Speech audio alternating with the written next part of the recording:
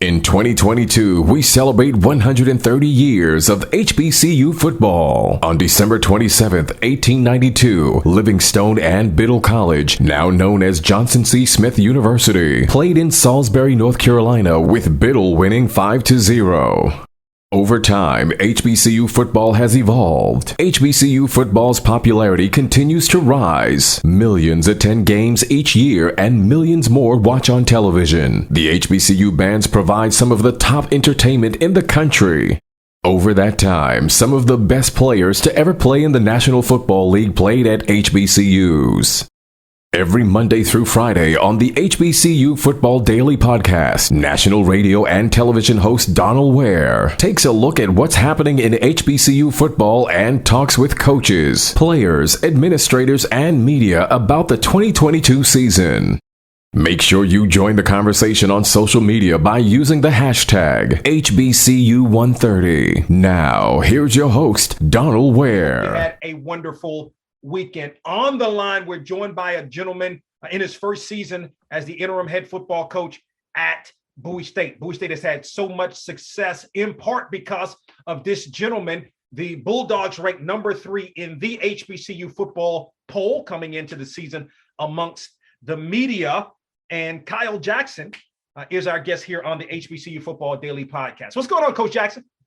Not too much, man. Thank you, Don. I appreciate you for having me, man. Taking some time out to get an opportunity and let me come on your show. I appreciate it.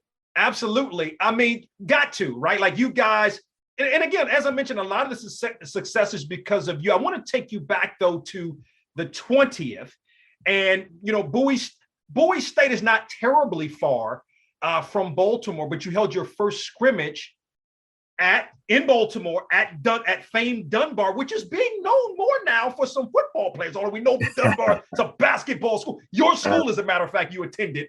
But how was that? And talk about what went in terms of playing your first scrimmage at Dunbar. Well, this is something that we kind of adapted last year. Coming out of COVID, we didn't have the best.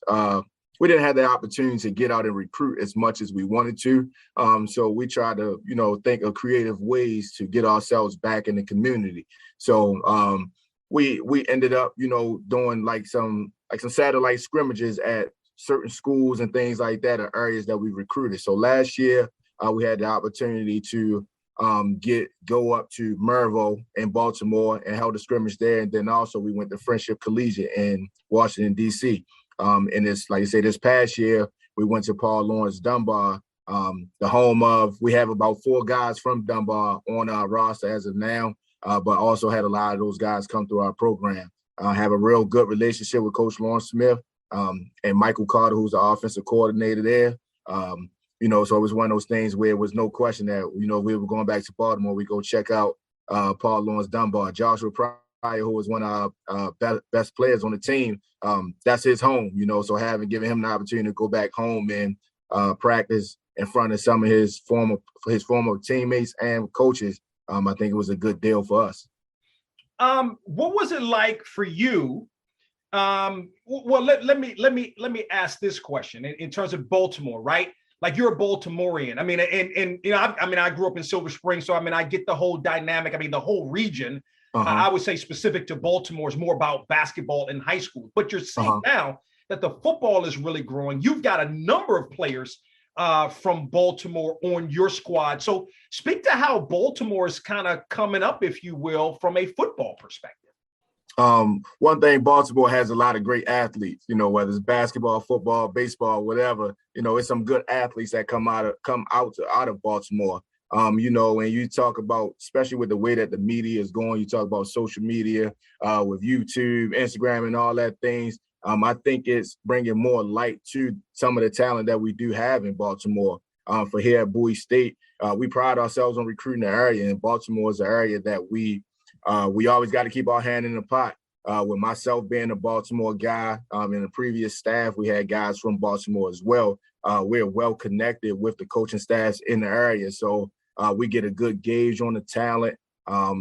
And it's just really about relationship building, man. Like I mentioned before, Coach Lawrence Smith, he's a guy that watched me grow up and actually coached against me when I was playing ball in Baltimore. Coach Michael Carter actually recruited me to come to Bowie State University back in 2006. So The relationships that we have within the area, I mean, it's like no other. So it's one of those things where we got to make sure we keep a few guys from Baltimore on the roster, because we understand that there's going to be more guys and more talent to come. A little bit more for you, literally, a little bit more for you than 3 months on the job as the interim head football coach at Bowie State. What has that been like? Oh man, I wouldn't have painted this picture just a couple of months ago, man, but it's been one of those things.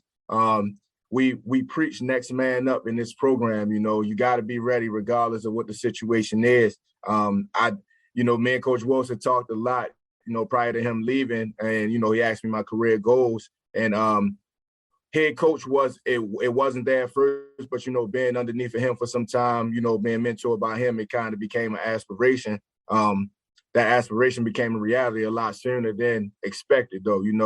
So it's been one of those things where I embrace the change. I embrace this change. There's been a lot of change going that has happened within the program, but I've embraced it, because at the end of the day, this show still goes on.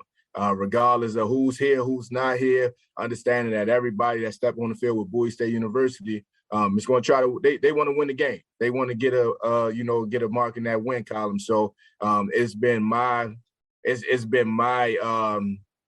my goal is to win every day.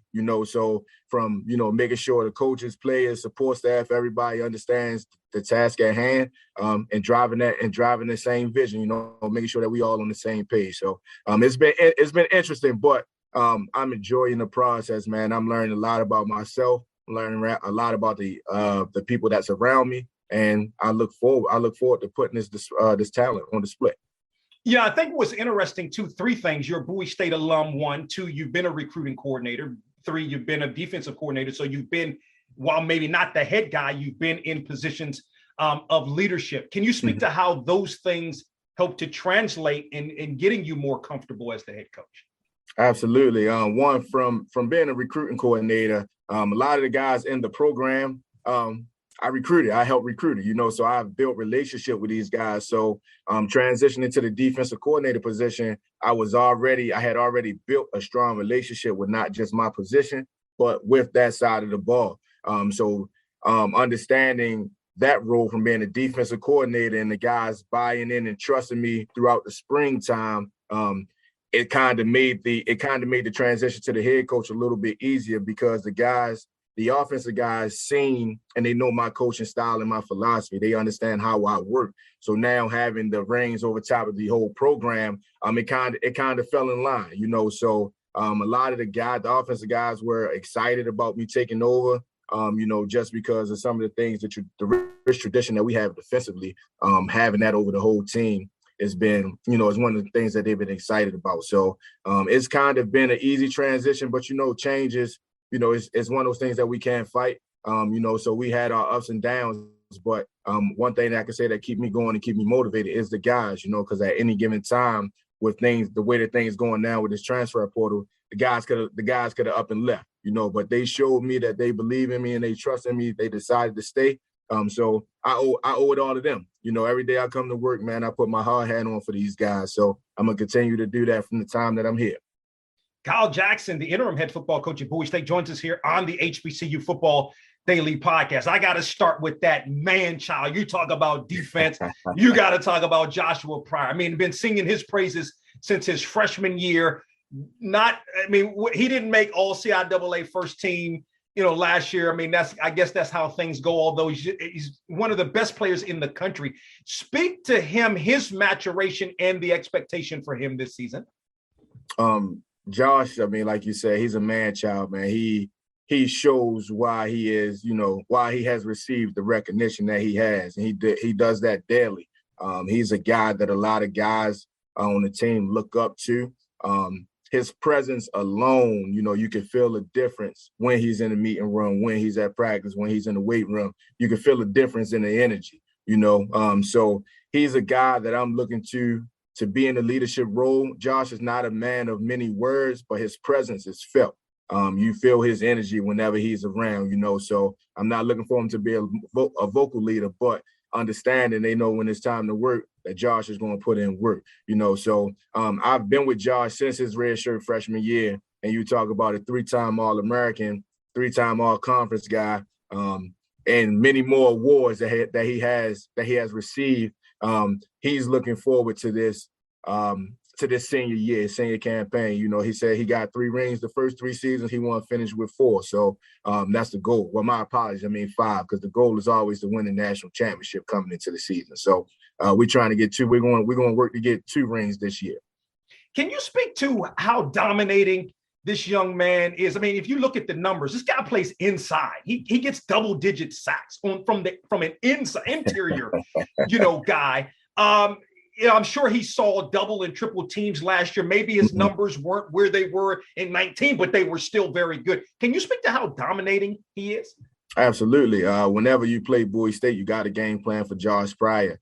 He's not a guy that you can block one-on-one. He thrives at one-on-one situations. Josh is a football guy. He understands the game. He understands his technique. He understands blocking schemes. So that kind of put him a few steps ahead of people, so he's primarily a 3 technique, but if you put him in the shade, he's quick enough to win and beat a double team. You can play him outside. He's quick enough and agile enough to play off the edge. So one of the things about him, he's very versatile, and he understands the defense. So by him understanding the defense, he understands how pretty much the guys around him will open it up for him, or him being unselfish and knowing when it's his opportunity to open it up for someone else. So although his numbers might not have been as high as they were in previous years, his presence was felt. You talk about some other guys, around him who had double-digit sacks, double-digit tackles for loss. Those was all from people sliding 2 to 3 people towards Josh. And what does it mean to have a guy like that? You mentioned the transfer portal, which, I mean, it is what it is. But to have a guy like that may have had some other opportunities, especially during the COVID year, but has continued to stay with the program. I think it says a lot about his character. Me and Josh had a long conversation, when he traveled to the media day for the CIAA. It says a lot about his character. It says his goal, talking to him, his goal when he first came to Bowie State was, he felt that he could have the success anywhere, and he chose Bowie because Bowie was a family environment for him. It felt like home. It was somewhere where he felt comfortable. And he felt like, he didn't need to go anywhere else to get the exposure that he needs. And one of those things, we have NFL teams coming in and out of here asking for Josh Pryor, so he's a guy, like I say, like I mentioned before, these guys could have chose to go anywhere else, but those guys decided to stay here with me. So every day I go to work is for these guys, understanding that I'm gonna put my hard hat on for them because they've shown that they're buying in to what I got going on. So I'm excited to see that guy. I'm ready to see him to continue, the rap that he's been having the past 3 years, this last year. No doubt. Speak to the deep. You had a really dominating defense last year. Went far. Talk to the guys that some of the other guys we should expect big things from this year. So outside of Josh, we have returning on the defensive line, Ellison Jordan. He played a role for us last year. He's a Penn State bounce back. He plays the nose tackle. Pretty good guy. Like I say, he's another guy that gets vertical and dominates double teams. We have a guy returning, Cameron Chesley. He's played defensive end and 3 technique for us last year before suffering an injury. But he was a Morgan State transfer from last year. I expect some big things out of him. At the linebacker position, we had a transfer from this past spring, Corey Shell, who played a major role at Shepherd University, with them advancing to the 3rd round of the playoffs. Then you have a young guy in Sean Tober who will be a redshirt junior this year. Those two looking for those 2 guys to play a major impact on the second level. And then in the secondary, you got a Raymond Boone who's returning for us, who has, he has a nice little buzz this offseason, but he's a 2-time All-CIAA contender as well. And then on the outside, 2 younger guys, and Rodney Patterson and Devin Williams. Expect big things for those 2 guys on the outside. They both played for us last year when Dimitri Morcel suffered an injury. So I'm looking forward to both of those guys getting after it some. So feel real good about our defense. We got a lot returning, although it seemed like we took a hit with some guys. We got a lot of guys returning as well. Bowie State head football coach, interim head football coach, Kyle Jackson, joining us here on the program. Maybe you got some different skill. You do skill position guys offensively, right? But Quentin Bobo, Mark Murphy come back on the offensive line. That's a constant. Maybe you got some other starters. Speak to those two guys, specifically Bobo, who is an HBCU All-American. Quentin Bobo he's a blue collar guy. He's not about the glitz and glams. He just come to work every day. And he's gotten better every day since he's been at Bowie State University. I've watched Bobo matriculate through the program. He's actually a grad student for us this upcoming year, but I've watched him matriculate from a walk-on to a scholarship athlete, and that's all from hard work. It's all from hard work. So definitely you need those type of guys, especially on your offensive line. And then you talk about Mark Murphy. He's another guy who's matriculated through the program. He'll be a grad student as well. But another guy who has watched, from the years where we had a Brian Redmond. He had a senior class, about 4 or 5 seniors in front of him. He watched those guys put in the hard work, and then watch him come together and put it all together. So those two guys will definitely anchor the offensive line. And then we have a young guy returning who started as a freshman last year in Cameron Porter. Looking for a lot of good things out of that group. Even with this past scrimmage, seeing some positives that I look forward to seeing on the 3rd. Yeah, and then what does the running back position look like? I know, Khalil Wilkins was your leading guy last year, transferred. I remember he transferred in West Virginia State, I believe. But what does that room look like? Got you. So after I'm sure a lot of Khalil popped on the scene a lot last year. He did some good things. Behind him was Corey Johnson, who was a freshman for us. So he'll be a sophomore this year coming up. He's a dynamic back. He does a lot of things good. He can run it inside, run it outside, whatever you need him to do with good speed. And he played some last year. I want to say he had maybe about 300, 400 yards on the ground. And then behind him, Kavon Campbell, who was a transfer from St. Francis, PA. He's a Friendship Collegiate guy. And then behind them is Lois McDonald. He's a guy who matriculated through our program, so be able to add some depth. So those three, feel real good about those guys. Have a nice stable of backs. Like I say, Khalil carried the weight for us last year. Looking forward to these guys doing it as a committee this year. Jerome doesn't come back for you. Is that correct? Correct. Okay, so but the thing about your quarterback room for the last 6 or 7 years has been unbelievable. Even when you had forget the guy, you had a kid and he got injured and you step in, and you guys have just been unbelievable in that department. So who's going to be that guy? Are you in a quarterback battle this year? Who may be that guy to emerge? So right now we do have a quarterback battle going on, and both of them actually played some for us last year. You have DJ Golad, who was a transfer from Morgan State last year, and then Larry Williams, who was a transfer from Valley Forge. So both of those guys have had tremendous off seasons from a leadership standpoint, but also from changing their body and things like that. They attacked the weight room this summer, and then coming into camp, both of them have been having great camps. The biggest thing is who's gonna get it done. So both of those guys understand the situation at hand. And I look forward to seeing who's gonna separate themselves. But right now, both of those guys have been working hard. So I'm excited to see what both of them bring. A couple more thoughts for Kyle Jackson, the interim head football coach at Bowie State. Wide receiver, what does that room look like? Who will be some of the names we need to be on the lookout for? Got you. So last year, a guy who will be returning, he suffered a few injuries last year that kind of slowed him down. It's Darius Bowman. He was actually named all CIAA for punt returner, so he does a lot for us on special teams as well. Keishane Hinckley, he popped onto the scene for us last year as well. emerged as a deep threat. Put the ball in his hand, he can make some things happen. Then also a Karan Winder. He was another guy who popped on the scene for us last year, as well as Quincy Hall. So, I mean, I can keep going, but, like I said, we have some guys at that position that can get it done.